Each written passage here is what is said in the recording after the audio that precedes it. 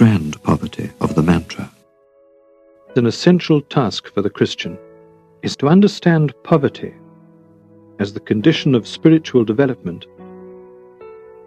to see prayer as the deepening of our conversion, of our turning from self to God in faith. The monastic tradition has always emphasized, since Cassian and St. Benedict, that poverty is the condition for prayer. The monastic teaching and tradition of prayer tells us in every generation, all Christians, not just monks, that our prayer is our declaration of poverty, our experience of poverty. And so its teaching on how to pray tells us how to let ourselves be led by the Spirit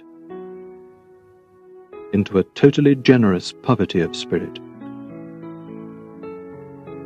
From Cassian until the present day, the monastic tradition has taught what Cassian's 10th conference on prayer calls the poverty of the single verse. We are led to this other-centeredness of love, into the prayer of Christ, which is the Spirit praying in our hearts, by the simplicity, the humility, the openness of committing ourselves wholly in our meditation to the recitation of a single word. John Cassian speaks of the purpose of meditation as that of restricting the mind to the poverty of the single verse. The mind should unceasingly cling to the mantra, Cassian writes, until strengthened by continual use of it, it casts off and rejects the rich and ample matter of all kinds of thought, and restricts itself to the poverty of the single verse. Those who realize this poverty arrive with ready ease, he says, at the first of the Beatitudes. Blessed are they who are poor in spirit, for theirs is the kingdom of heaven. Cassian talks about becoming grandly poor. Prayer is both the acknowledgement and experience of our own poverty, our own utter dependence on God, who is the source of our being.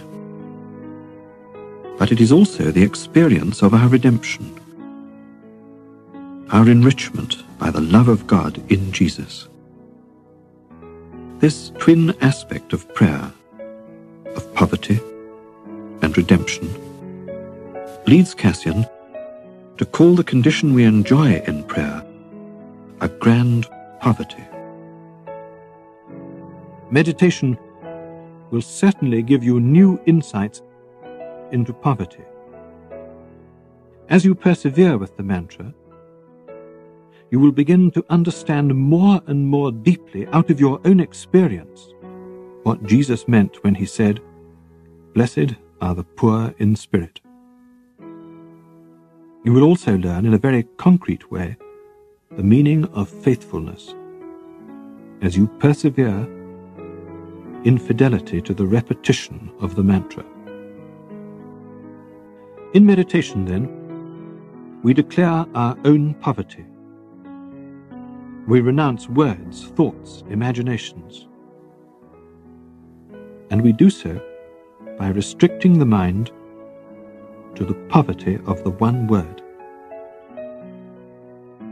The mantra is the sacrament of our poverty in prayer.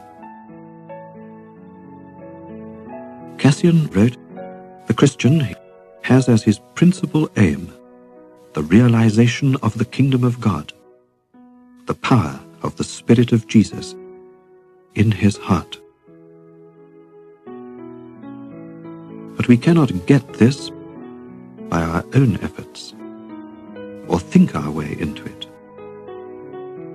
And so, we have a simpler, more immediate goal, which he calls purity of heart. And this is all we should concern ourselves with, he teaches. Purity of heart. The rest will be given to you. And the way to purity of heart, to full, clear awareness, is the way of poverty, the grand poverty of the mantra.